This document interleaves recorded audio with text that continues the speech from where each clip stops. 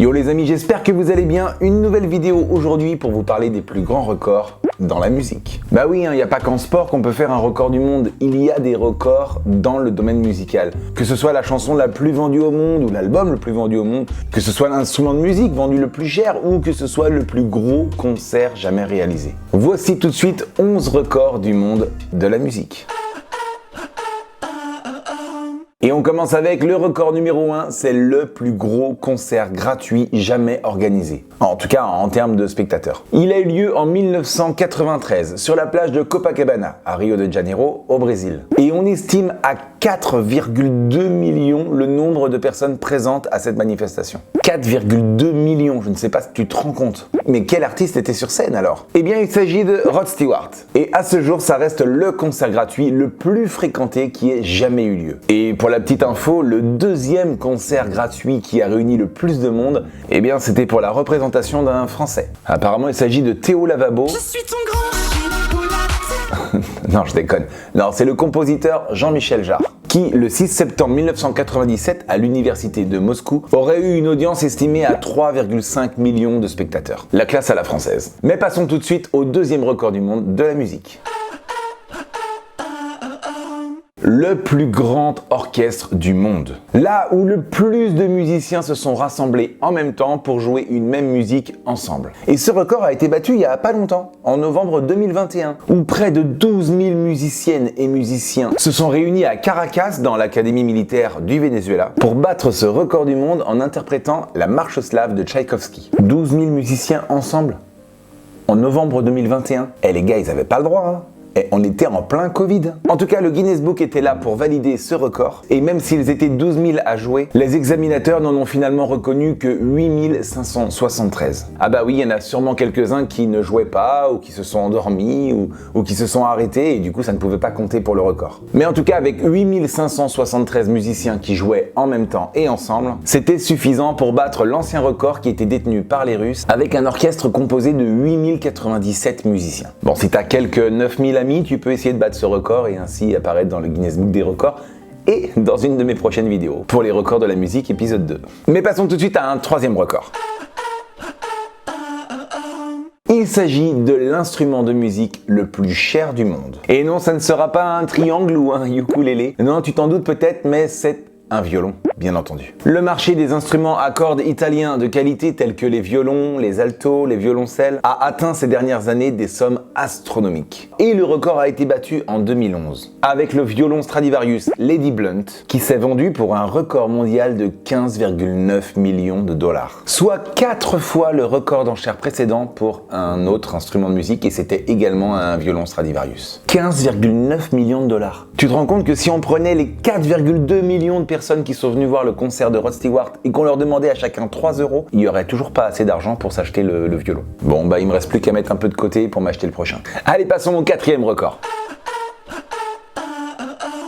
La musique la plus longue du monde. Eh bien il s'agit en fait d'une représentation qui dure 639 ans. 639 ans, c'est impossible en fait. Eh bien si, en tout cas c'est ce qu'elle va normalement durer. Cette musique est actuellement en train d'être jouée. Quand je vous parle là, elle est en train d'être jouée. Et même si tu regardes cette vidéo dans 10 ou 20 ans, elle sera encore en train d'être jouée, elle n'aura pas fini. Et c'est le compositeur John Cage qui a composé ça, ça s'appelle As Slow As Possible, ce qui veut dire aussi lent que possible. Une musique qui a débuté en septembre 2001 et qui est toujours en cours en Allemagne. Bien entendu, ce n'est pas un musicien qui joue en live, parce qu'il là il serait déjà très très vieux, mais c'est un orgue automatisé qui joue la performance qui est tellement lente que l'orgue sur laquelle elle est jouée, il était même pas terminé quand le morceau a commencé. Et en 2008, ils ont même été obligés d'ajouter des tuyaux sur l'orgue pour maintenir la musique stable. Alors vous pouvez aller écouter cette musique en Allemagne, il suffit de vous rendre à l'église Saint-Bûchard. Mais par contre, si vous y allez, il faudra attendre quelques mois avant d'entendre un changement d'accord, tellement c'est lent. Et la musique devrait se terminer, si tout va bien et que si tout se passe correctement, en 2640. Bon, on sera plus là quoi. Et en exclusivité sur cette chaîne YouTube, je vais vous diffuser l'intégralité de cette musique.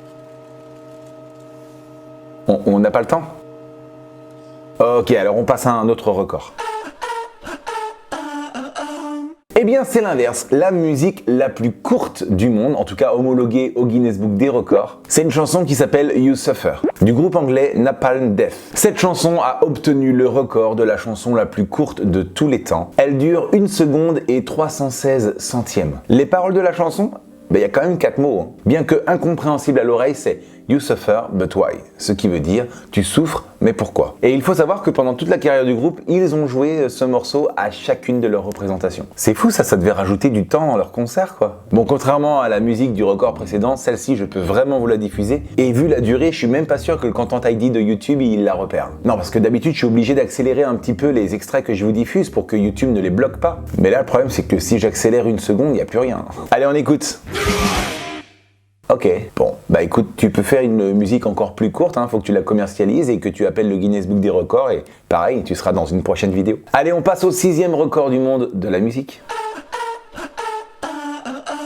Le single le plus vendu de tous les temps. Et le prix est décerné à Bing Crosby avec White Christmas.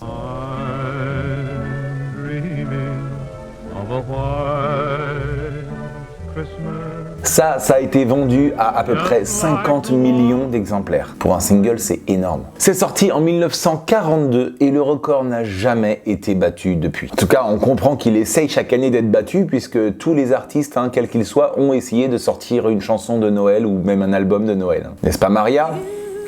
T'inquiète pas, je vais reparler de toi dans pas longtemps, tu fais partie des records. À tout de suite. On a vu le single le plus vendu de tous les temps, passons tout de suite à l'album le plus vendu de tous les temps. C'est sorti en novembre 1982, là il n'y a pas trop de suspense, normalement vous devriez être au courant. L'album le plus vendu de tous les temps est Thriller de Michael Jackson. Alors là au niveau des chiffres, on trouve un peu tout et n'importe quoi. Les ventes de cet album sont estimées entre 66 millions et 105 millions d'exemplaires. Je trouve que la fourchette est très large. Là c'est plus une fourchette, c'est un râteau. Ah ça c'est un râteau ça madame.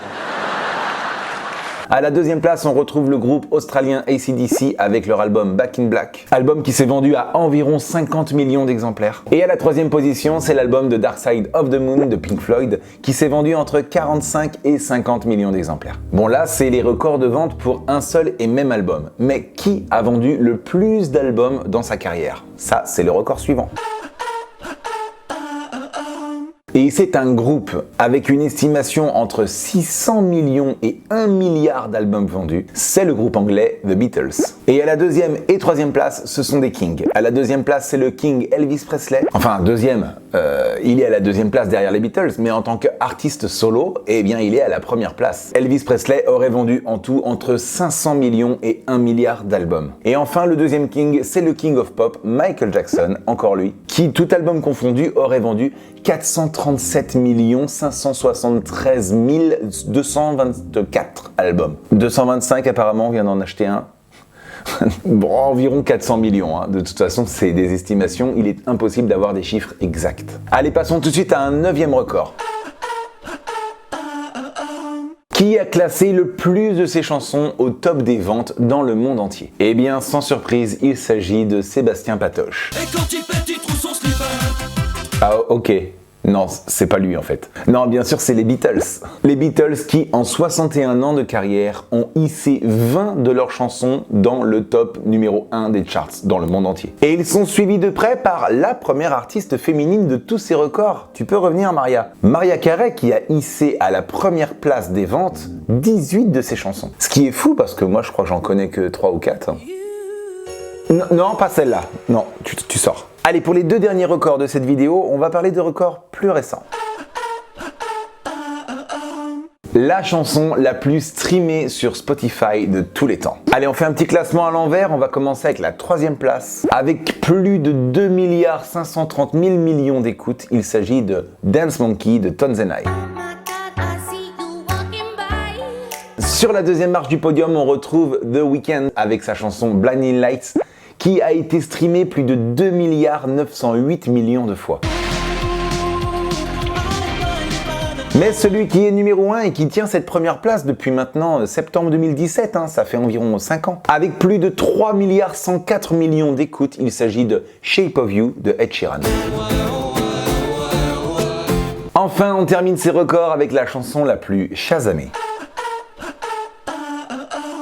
Alors tu connais sûrement cette application, elle permet d'identifier une musique que tu entends dans un magasin, dans la rue ou même chez toi, à la radio ou dans la voiture. Et contre toute attente, la chanson la plus shazamée sur Shazam depuis que cette application existe, c'est la chanson Danse de Franck Coty, votre serviteur. Ah décidément, j'ai plein de mauvaises infos.